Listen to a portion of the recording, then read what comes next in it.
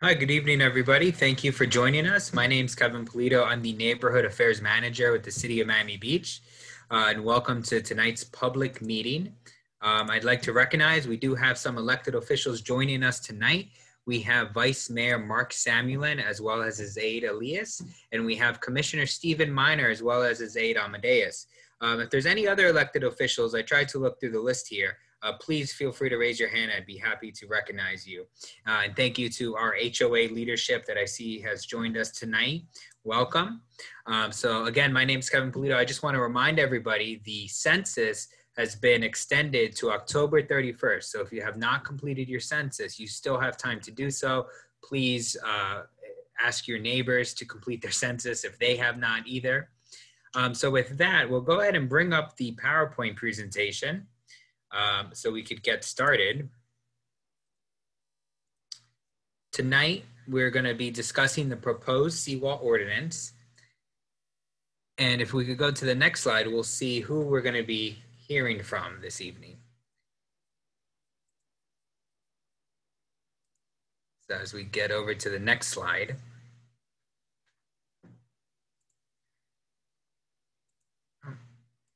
And this evening, we're going to be hearing from our Chief Resiliency Officer, Ms. Amy Knowles, as well as the Director of Environment and Sustainability, Elizabeth Whedon. And behind the scenes, we've had Ferocia working with the City Attorney's Office to assist. So with that, I'll go ahead and turn it over to Ms. Elizabeth Whedon, who's going to further discuss tonight's presentation. Hi, good evening, Kevin. This is Amy. I'm actually going to kick us off this evening. It's a pleasure to be here tonight. The purpose is basically to share with you some background, a purpose, and an overview of a new Seawall Ordinance. We've actually done quite a bit of work on this ordinance, working with the team you saw in front of you, as well as through all our staff, as well as the City Commission process. This is one important piece of a holistic resilience strategy. This very specifically is focused on reducing flood risk from our infrastructure and through infrastructure investments. So what we're going to do is today provide an opportunity for feedback. We're happy to answer questions. And then we also have an area online on www.mbrisingabove.com Seawalls, where you can also provide written feedback to the ordinance. Some of our next steps, we will take your feedback and work on refining the draft ordinance. We would like to take this to the City Commission for our first reading on November 18th, and then a second reading on December 9th. Next slide. So a little bit on why we are actually introducing this new proposed Seawall Ordinance. One, we know that seawalls are a very significant financial investment. They're a very important way to strengthen our coastal resilience. Miami Beach has 53 miles of seawalls, and about 92% of them are private property. So they're very important defense. Number two, we have seen as a city that there are situations where tidal waters are overtopping seawalls and are impacting adjacent property and public rights of way. We don't currently have a way to address this issue, so this ordinance allows for that. And then number three, this is a way to codify current minimum seawall elevations that were actually approved by City Commission a few years ago. And this is an opportunity to make them an ordinance within our chapter 254. Next slide. I'll share a little bit on background for you on what we've been doing as a city in the past few years in this area.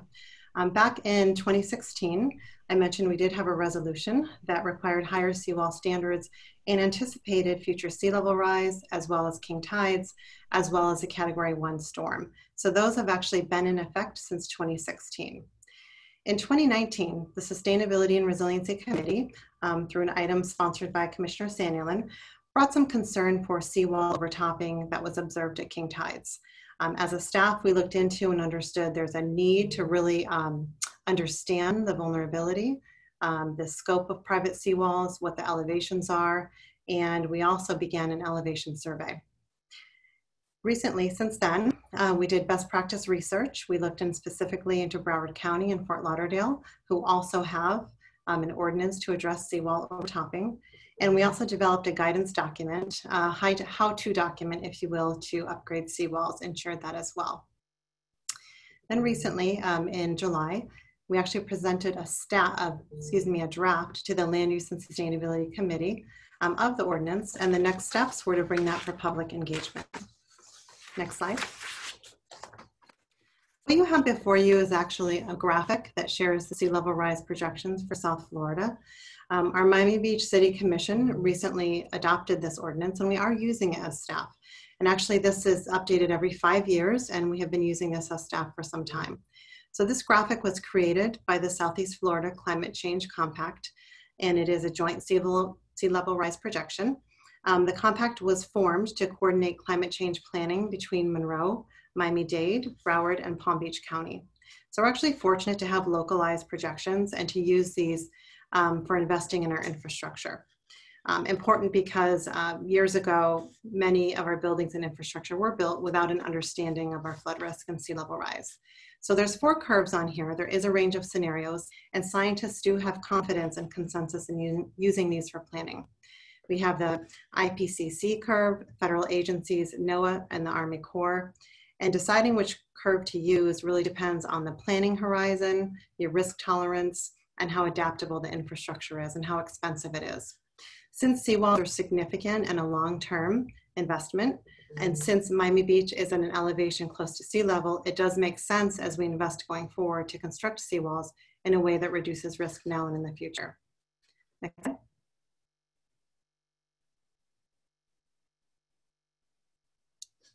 And actually at this point, I will turn it over to Betsy Wheaton from here. Thank you so much, Amy. All right, so next slide, Kevin. Let's give it a second. All right, so here I wanted to just show the group a few existing conditions that we observed last year during our king tide season. This year we're expecting the highest king tides to occur in 2 weeks on Saturday and Sunday. So we're going to be monitoring those tides, but I just wanted to give the group here kind of a glimpse of what we're seeing citywide. So this is, again, at the highest high tide point of last year. Some additional photos. You can see you have water very close to overtopping these seawalls. And in many cases, you'll have conditions where, and this is what this ordinance is seeking to address, where when there is overtopping, it's not only impacting that existing property, it's impacting the properties adjacent to that property, their neighbors. Here's another example. In both of these examples, we're actually showing an incident where we have a public seawall where we have some overtopping. So as part of this, the city is also going to be addressing the areas of the city that we have overtopping and are lower seawalls. So next I'm going to give an overview. Oh, next slide. Sorry, Kevin. Next slide. All right. Next. Yeah, okay, here we go. Okay, so next I'm going to go over the proposed ordinance. So first, the ordinance codifies the minimum seawall elevation for new construction. And as Amy had mentioned, our Public Works Manual already requires minimum elevations, but what this ordinance will do is set that minimum elevation via code. So we'll go with a minimum of 4.0 feet NAVD, but the seawall must be able to accommodate an additional 1.75 feet of cap in the future if it is chosen to build at that lower elevation. This would impact both new construction and substantial improvements to a property, as well as when a property wants to come in and do any substantial improvements to the seawall itself. Next, the seawall also must be maintained in good repair. So that includes no upland erosion caused by the seawall, no transfer of material through the seawall, no tidal waters that would enter through gaps in the seawall, and no overtopping that would impact adjacent properties. It should be noted that the ordinance does provide language to encourage natural shoreline elements, and this can range from everything from riprap to addition of mangroves and wetland habitat, as well as there's even technology now that will allow surface features that encourage marine organisms to attach and grow on the seawall itself. Finally, the ordinance does provide enforcement provisions. Within 60 days from a citation, a property must demonstrate they're in progress to make the repairs. And then from that point, the property has 550 days in order to complete those repairs. So that would be hiring a design contractor to design the wall, a contractor to construct the wall. And based on our conversations with the marine industry, this has been reported as a sufficient amount of time. And then finally, following after the 550 days, if a property does not make those necessary changes or is not in motions to make these changes, fines of $500 per day will begin to occur. Next slide.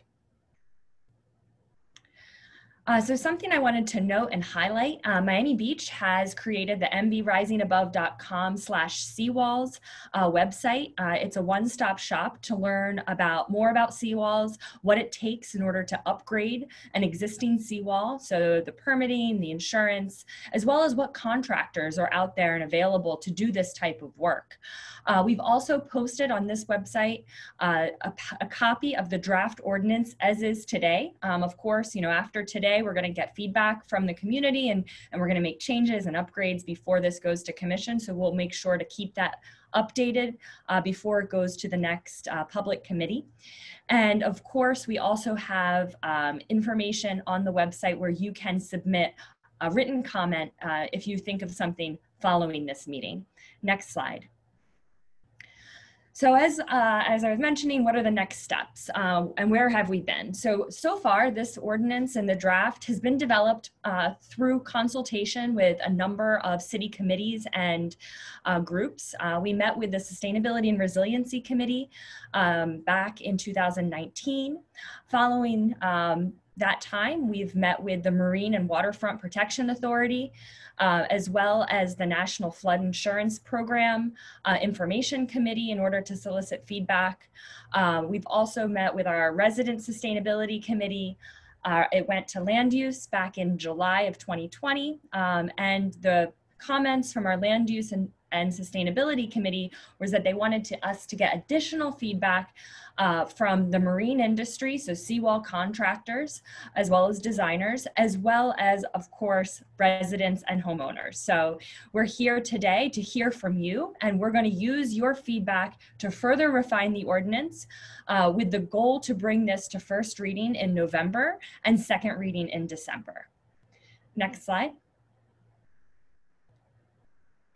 All right, so we're going to open it up now to questions. Something I would like to reiterate is that we are having a public comment period that's going to be open until October 13th. So we encourage you to utilize the link below, this URL, in order to submit your comments. We look forward to receiving those in writing, but we also will be taking detailed notes from today to make sure that we capture all the comments from this group following this meeting. So turn it over to Kevin now. Thank you. Thank you, Betsy. So with that, we'll go ahead and open up the public comment period. If you have any questions, please click the raise your hand feature via Zoom. If you're calling on the phone, you could click *9 and it'll go ahead and raise your hand. We asked if you could please keep your comments within 2 minutes so we could allow all those who may have questions. And again, to reiterate, we do have a public comment time open until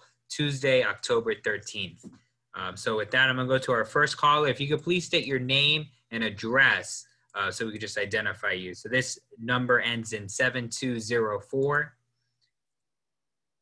Hi there, if you could please state your name and address.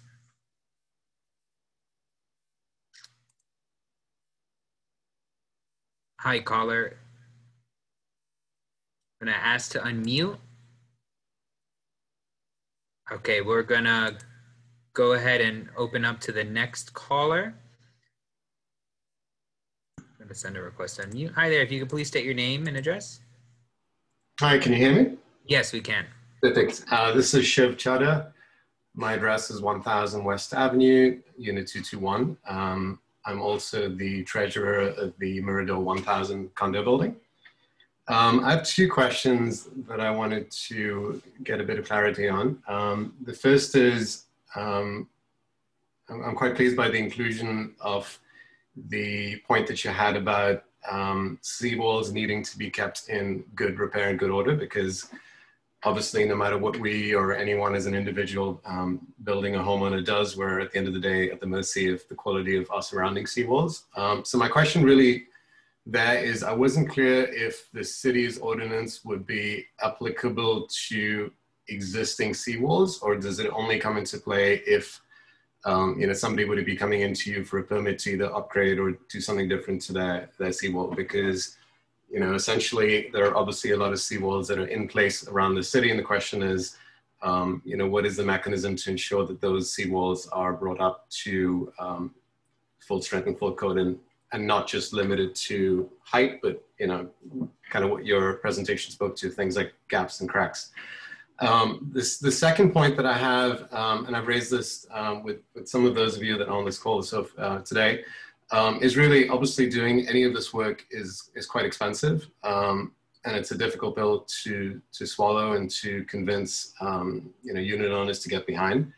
So really my question there is, can the city give some thought to developing more sustainable financing structures in order to be able to do this? And really where my thinking there is, could the city have some type of borrowing facility that residents can tap into? Essentially what I'm suggesting is, could the city borrow under its authority and then re-lend that out to private homeowners, with the idea being that the city can obviously borrow at significantly better terms than individual owners could. If that's something that can be done, then that substantially reduces the cost of financing these improvements, which therefore makes it a lot easier for private owners to contemplate. Thank you. So we'll turn over maybe the first part of that question to Elizabeth. Yes, thank you. So yes, this ordinance does also include existing seawalls. However, for existing seawalls, it's focused on disrepair. So the seawall needs to be determined to be in disrepair, and if so, that's when it needs to make the upgrade. And disrepair includes everything from causing erosion on your neighbor's property to causing overtopping, which again is impacting your neighbor's property, or is the seawall's completely crumbling into the ground or into the water. Those would be triggers for disrepair and would require that those seawalls be upgraded. And now I'm going to turn it over to Amy to talk more about your second question. Okay, great. So we definitely recognize as a city that this is very expensive. It's expensive for personal property and public alike. So we have looked into some different options. We have not yet come up with a solution. And we still are looking into this. I can share that we looked into different opportunities such as a special assessment district. And some of the challenge with that is that a seawall would serve as a private purpose as opposed to a public service. Negotiating voluntary agreements could be very difficult with individual property owners, since each private property owner would be necessary. There would be some difficulty with property owners that may decide to opt out and decide not to. And then there's a challenge of assessing inland properties that are benefiting from the improvements. And then also the cost of the projects in terms of tens of millions would be on the city's books until the assessment's paid off, which would negatively impact the city's debt capacity and bond rating. I know you specifically asked about some sort of low interest loan. And at this point, we also issued a request for information from the banking industry. And preliminarily, some of the feedback we got is very difficult at this point until we have a full survey elevation understanding of all the seawalls, and then it could be possible in the future to establish a program where properties are aggregated and there's some type of low interest loans for that. But all of this again is very preliminary, but we're definitely will keep open to that option. Thank you, Amy. So now we'll turn over to our next caller, Mr. Ray Breslin. Hey there, Ray. I am muted. How are you? Good. How are you? 95 Lake Pancoast Drive. I quite often take my boat out around, and I only stay in the calm waters of Miami Beach and the Bay. I never go out in the ocean. If you don't fish, there's no reason to go there as far as I'm concerned.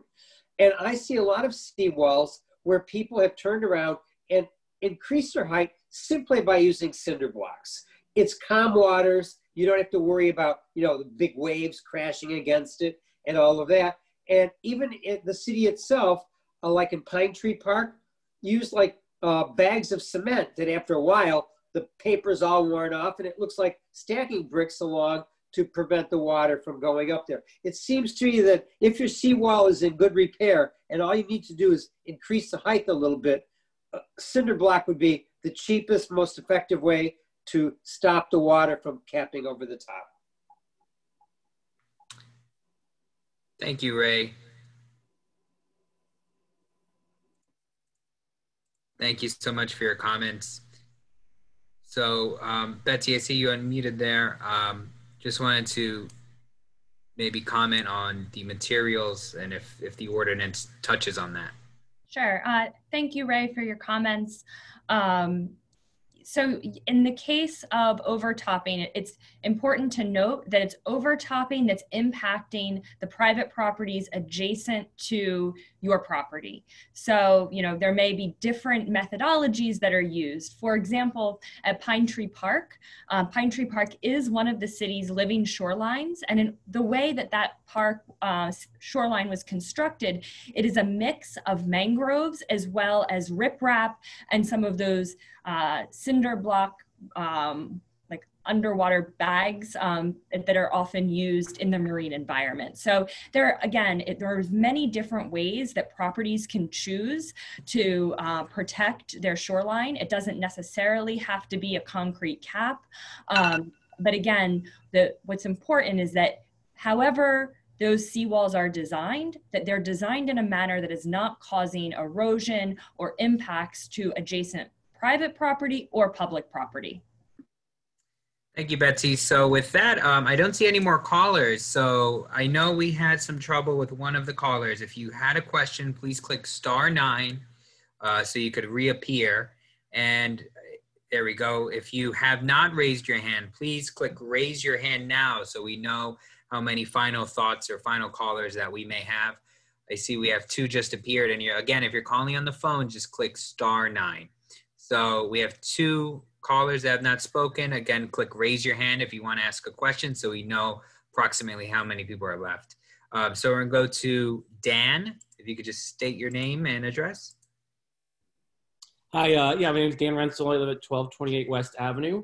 And I'm sorry to repeat this, but I was very interested in the gentleman's first question. My Zoom meeting froze about what would be the process for enforcing these codes with existing seawalls. Sure, I can answer that question. So, based on our initial discussions internally, as well as conversations with municipalities in Broward County who have enacted similar ordinances, we anticipate that this will be reactive at first. So we will be receiving complaints from adjacent properties where their neighbor's seawall is in disrepair and is causing flooding on their property. So we would then send out code or building depending on the specific issue with that seawall. So it would be done on a reactive basis.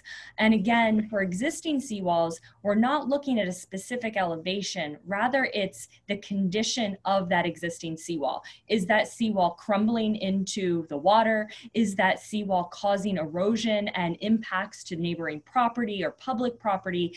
At those points is when there's really going to be that trigger for existing seawalls. Thank you. So we'll go to the next caller, Larry. Hi there, Larry. You could state your full name and address.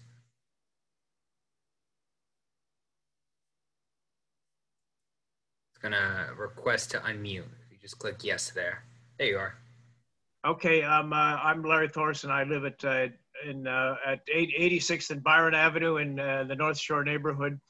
Just half a block down to the south. I live right on the water, and but right now the current high tide is 6 inches or so from the top of the seawall of this condominium. We have 300 feet of seawall. There's two lots farther south from us. There's the bridge, the 85th Street Bridge that goes across the Tatum Waterway. And I would imagine that this is either a city or a state property that would need to have a seawall elevated at the same time as everybody else is elevating their seawalls. And so this brings in the matter of coordination of work that you envision between the privately owned seawall and the city. And it seemed to me that coordination would be an important issue. And beyond that, the big picture is, I don't think the great berms and levees along the Mississippi River in the New Orleans area, or the seawalls of the North Sea that keep the North Sea off of Holland and Germany, I don't think they were built by private property owners. I think this is a massive government effort that's going to have to take place.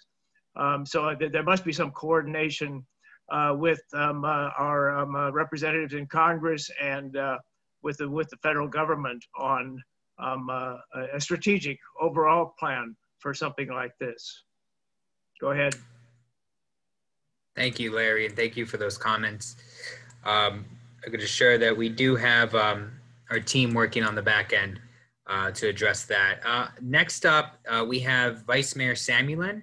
I do see some people have disappeared off the chat, so I'm not sure if you lowered your hand, but if you have a question, make sure your hand's up. So Vice Mayor Samulin. Thank you, Kevin. I just wanted to do two quick thank yous. First, to all the residents who are participating and offering these questions and comments. Extremely valuable. Rest assured, we're listening very carefully. And I also just want to thank our presenters from the city administration, taking time from their evening, clearly prepared, and all the outreach that has been tonight. So I'm certainly appreciate everyone's effort. I found this evening to be quite beneficial. Thank you again. Thank you, sir. So we're going to go next to Daniel. Daniel, if you could please state your name and address. Daniel Stauber, 1301 Daytonia Road, over in Biscayne Point. Hey there, Daniel. So do you have a question or a comment regarding tonight? Well, I have a couple questions. Yeah. My first question is, assuming you did want to do a new seawall, do you have to raise it to a certain height, one, and then on the sides of the seawall that are contiguous, I guess, to your neighbor's property, how far in do you have to bring it? Do you have to build some kind of retaining wall? That's question number one. Question number two is, it seems to me that every time you try to do something here in the city of Miami Beach, one, it's impossible to get permits. Two, even if you are in a situation where you have to do something, you got to deal with DERM. They come out, they make your life impossible because of the seagrass issues. How do you even deal with it if you want to even do something when you have to deal with all these governmental regulations? It makes it almost impossible. So my first question is, what does the code require? How high do you have to bring it? That's number one. Do you have to build retaining walls on your neighbor's side, on each side? How far back do you have to go? And how do you deal with the bureaucracy? Thank you for your question, Daniel. So we'll go ahead and turn it over to Betsy for that. Thank you, Daniel, for your questions. These are great questions. So for new seawalls, the minimum elevation would be 4.0 NAVD. With the ability to build higher than that, and it would be dictated on the existing elevation of your lot. So you may have a lot that's higher than that 4.0, so you would want to build your seawall higher. So again, that's a choice and will be dictated by existing conditions. However, If you build lower than 5.7 NAVD, you are required to structurally have a seawall that can support an additional cap in the future, so that, you know, in the future, as we're continuing to see sea levels increase, you would have the ability to add a cap and add structure to that seawall without having to fully rebuild structurally that seawall. So that's why there is that range of heights that we permit. As your question related to permits and DERM, unfortunately, you know, the city does not have regulatory authority as it relates to Biscayne Bay Aquatic Preserve. There are, you know, multiple agencies that do have jurisdiction, including the state of Florida, which owns the majority of the bay bottoms adjacent to seawalls in Miami Beach. There are some areas where the bay bottoms may be owned by the private property, but that is very rare. So you have this, you know, the state of Florida with the submerged lands, and of course, as you mentioned, Miami-Dade County DERM. We are regularly coordinating with DERM and, you know, looking for ways that we can protect the bay. And I can, you know, tell you that permitting and the ease of permitting is a continued conversation, but, you know, that will continue to be a requirement that is done through Miami-Dade County. Thank you. So we'll turn it over to Mr. Pierre D'Agostini. Hi, Pierre. You can state your name and address. My name is Pierre D'Agostini. I live at 310 South Coconut Lane in Palm Island, right on the water. And I have a question and a suggestion for the city and the city officials. And my question and suggestion is the following. Don't you think this is the perfect opportunity to give an incentive program for all the homeowners, especially the one who have been living on those islands and on the waterfront for a long time, to actually do and repair the seawalls up to the minimum height that is suggesting for the new construction? Because otherwise, if I hear the ordinance carefully, you could have very well have a lot of homeowners who have an old seawall in good condition. Therefore, there's no disrepair, therefore there's no intervention. However, because it has been built a long time ago, there's going to be overtapping issues. So why don't we seize this opportunity to give an incentive to all the homeowners, in particular the ones that have been living in their property for a long time, to actually do something. The cost for you to, you know that better than I do, but the cost is about $1,000 a linear foot to do a seawall. So if your property has 100 feet on the water, it costs you about $100,000. That is a lot of money for a lot of people. Thank you, Pierre. So I'm going to go ahead and turn it over to Amy to comment on that. Sure. Thank you, Pierre. And we definitely understand that this is a huge economic cost for private property owners as well as the city. We'll take that into consideration. It is a major funding source that would be needed that we don't currently have as a city to provide incentives for that. But thank you for that, and we will consider that. Thank you. So I'm going to go to 7204. Your hand appears, but it disappears. And I know you had it up earlier, so I just want to give you an opportunity. Oh, did you have a question there? Yes, my name is Richard Pollack. I live on North Meridian Avenue. I'm in the process right now of rebuilding my dock. One of the outposts broke and that dock has to be rebuilt. My seawall is exactly 4 feet above sea level. It's intact, but I'm really very reluctant to put a new dock in unless I really raise that seawall, because eventually I know I'm going to have to do it. But without any incentives right now, I may just use a floating dock and do nothing until the city decides what they're going to do and what they're going to assist us in terms of financial costs of doing this wall. The other problem that I face, and I've had seawall companies out here, they told me it would take at least 2 years to get permits to rebuild a seawall and dock, which I think is just insane. And it is an expensive process as well.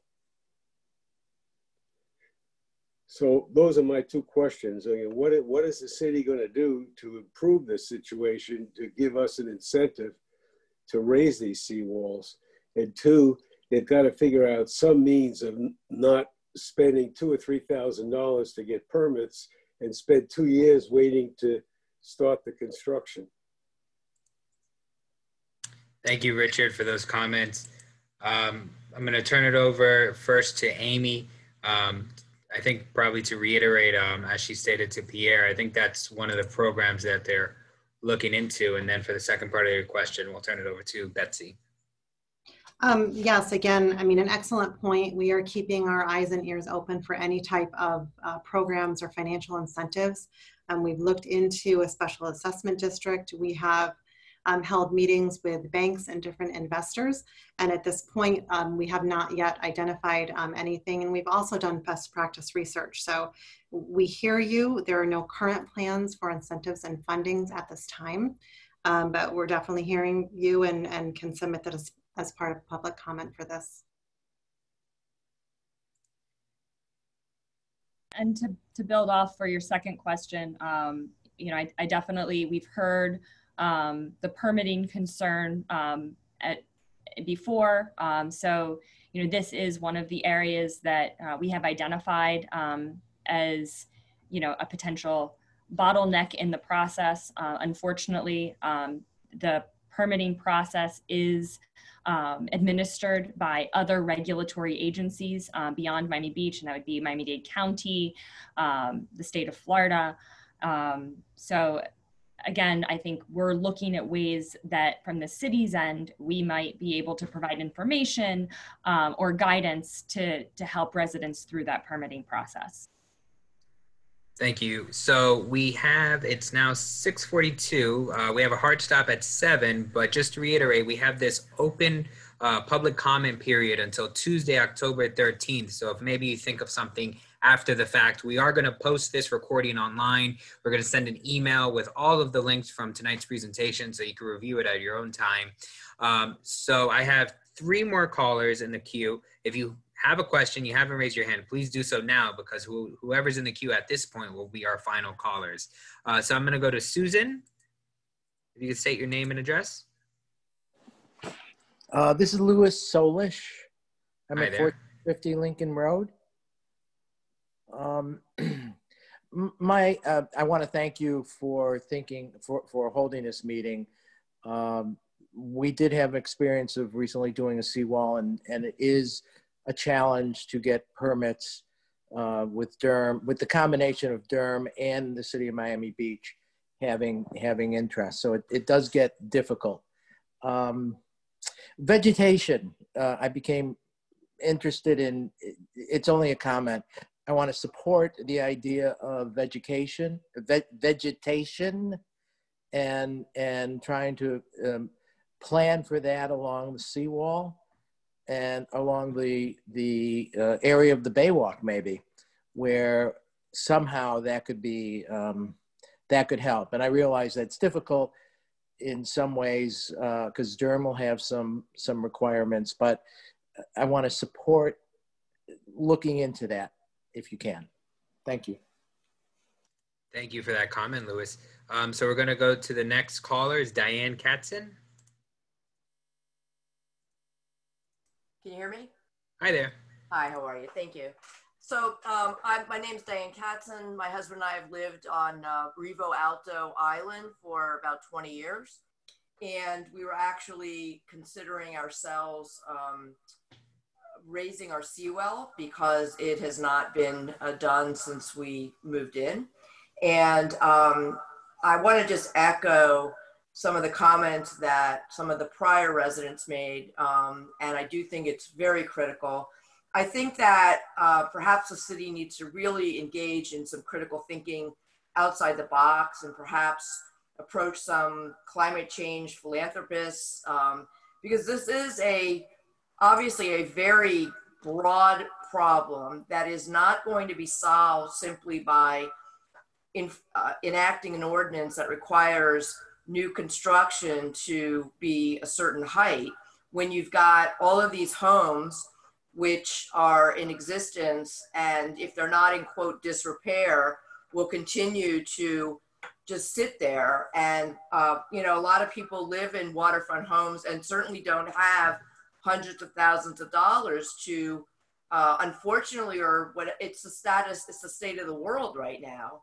And without incentive programs, I'm really not optimistic, unfortunately, that the city will be able to make progress in moving to significantly address what we obviously know is a major, major problem that we face in the coming years, if not right now.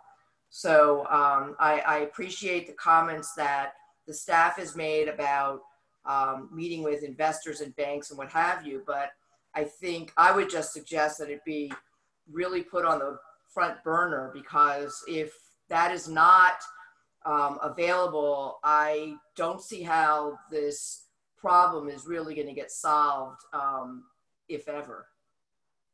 Thank you. Thank you, Ms. Katzen. And to reiterate, I think Amy touched on this earlier. That is one of the public comments that we'll definitely take back and continue to look into. So we have another caller. Their initials are DG. If you may please just state your name and and it looks like your hand went down. So I'm going to assume you don't have a comment. If you could raise your hand if you do, and we'll go back to you. So we have our first, I think you have a follow-up, Daniel, and I think we may have missed one of the points, and we'd be happy to answer that regarding retaining walls. Daniel, did you have a follow-up question that you wanted to ask, or?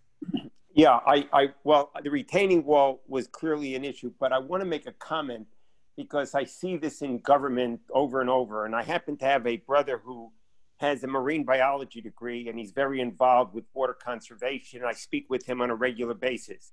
We know recently we've had issues with many of the fish dying along some of the areas of here in South Florida. We know we have certain parts of South Florida that have ineffective septic tanks.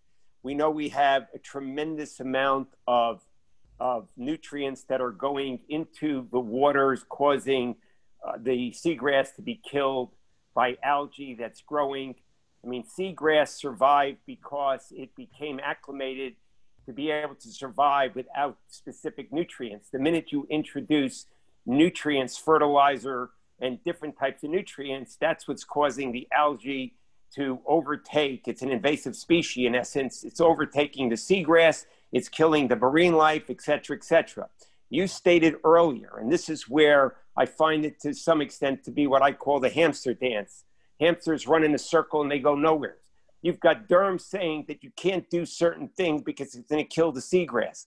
But when you have low seawalls and you have water that's now coming on people's property, when the tide is high, it comes up, and when the tide gets low, it goes back into the water. All the nutrients that are coming off of those people's property, fertilizer, manure, etc., is going into the canals, into the bay, and in essence is suffocating the seagrass. So it would seem to me that Durham, based on what they already know, they should be the first ones to be at the forefront when you want to pull a permit. They should be totally incentivized and do everything within their possibility to help you pull the permit. Otherwise, you continue to have what you have. And it's a ridiculous situation. To me, it's just plain common sense. If you want to stop all these plumes, all these dead fish, all the dead seagrass, you got to stop the nutrients. The only way you're going to stop the nutrients is by raising, one of the ways is by raising seawalls, and do what you have to do to get it done. Thank you, Daniel. So let's turn that over to Elizabeth. So she could comment. We have, I think, two more callers. So if you could please comment on those two questions that Daniel had. Great. Daniel, I'm going to start with your first question and comments regarding Biscayne Bay. I think what we've seen in the months of August, and again, there was another fish kill in the very northern part of the bay over the weekend, Biscayne Bay has reached a tipping point, and Miami-Dade County has released a set of recommendations through the Biscayne Bay Task Force as a way to address the ongoing health of Biscayne Bay. And one of the highlights is continued collaboration and coordination. So Miami Beach is a part of that. The City Commission last month heard a fertilizer ordinance on first reading, and it will be going back to the Commission in November, which specifically addresses fertilizer use on private property as well as public property, recognizing that reduction of fertilizer use is a key component in helping to restore the health of Biscayne Bay. So your second question, which I apologize, I didn't get to on the first round, was related to retaining walls. So, the challenge with each specific property is that they're all different. Every private property has a unique set of situations. So rather than dictating the size or the depth of that retaining wall, the design of the wall will need to meet the structural requirements of our building department. And this again is if you're building a new seawall, will need to meet the structural requirements of our building department. And then from the environmental regulatory side, it will need to go and be approved by Miami-Dade County DERM. Thank you. Thank you. So I see DG, you reappeared. So we're going to go ahead and call on you. Hi there, if you could state your name and address. Hi, my name is Daniel Gall. I own a building on 8415 Crescent Boulevard. The multi-part question. First is, has the staff assessed the cost to the city of raising or putting caps along city-owned seawalls? If they have they figured out how the city itself will pay for it, and whether the city would actually lead by example and do that along all city-owned seawalls, which probably would include all of Collins Avenue and the 40s and 50s where water overflows. And another question is regarding financing incentives that multiple people have asked, that I think many property owners would seek some kind of an incentive to improve their seawalls, raise their seawalls, fix their seawalls. Has there been any thought put into a possibility of doing some kind of a geo bond like it was done a couple of years ago that would be specifically intended for this purpose? Thank you. So I'll turn it over to Amy to comment on that. Yes, Daniel, actually the city has a nice amount of funding in its current geo bond for public seawalls, and the Public Works Department has surveyed the public seawalls and does have a plan for them, and there is partial funding available for that. Again, in terms of private seawalls, this is something I can assure you that cities and counties in Florida are all worried about, interested in, and looking into all avenues, and we will continue to do that. And at this time, we don't have any current incentives available for private property owners. Thank you. So our final caller, first name Sasha, if you could just state your full name and address. Hi, so my name is Melissa Rosuri, and our address is 2131 Calais Drive.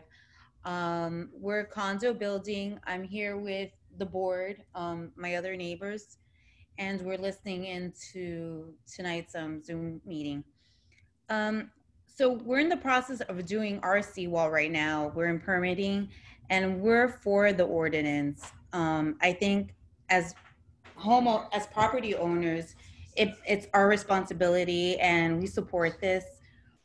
We have like the water coming over our wall. So I don't see why anyone would not be for this. Girls, you want to chime in? It's not that we're a huge building, we're only 16. I know we have 16 units. We're a very small building, but we've been planning for this. We've been in talks doing our seawall for the last 2 or 3 years, and we're not having any trouble with financing. No, not at all. We're not. So and it's coming out to about like $80 a month. Yeah. Yeah. So it's nothing that's like, so I don't Uber Eats 1 month one day a month, you know, it's. Right. I mean, we support this, and I think it is important to do an ordinance in case for other people that don't really care about the integrity of their wall. It does affect you. And it's part of living on the water, you know, it's part of living on the beach. So we're just thankful that you're having this meeting tonight, and we do support the ordinance. Thank you.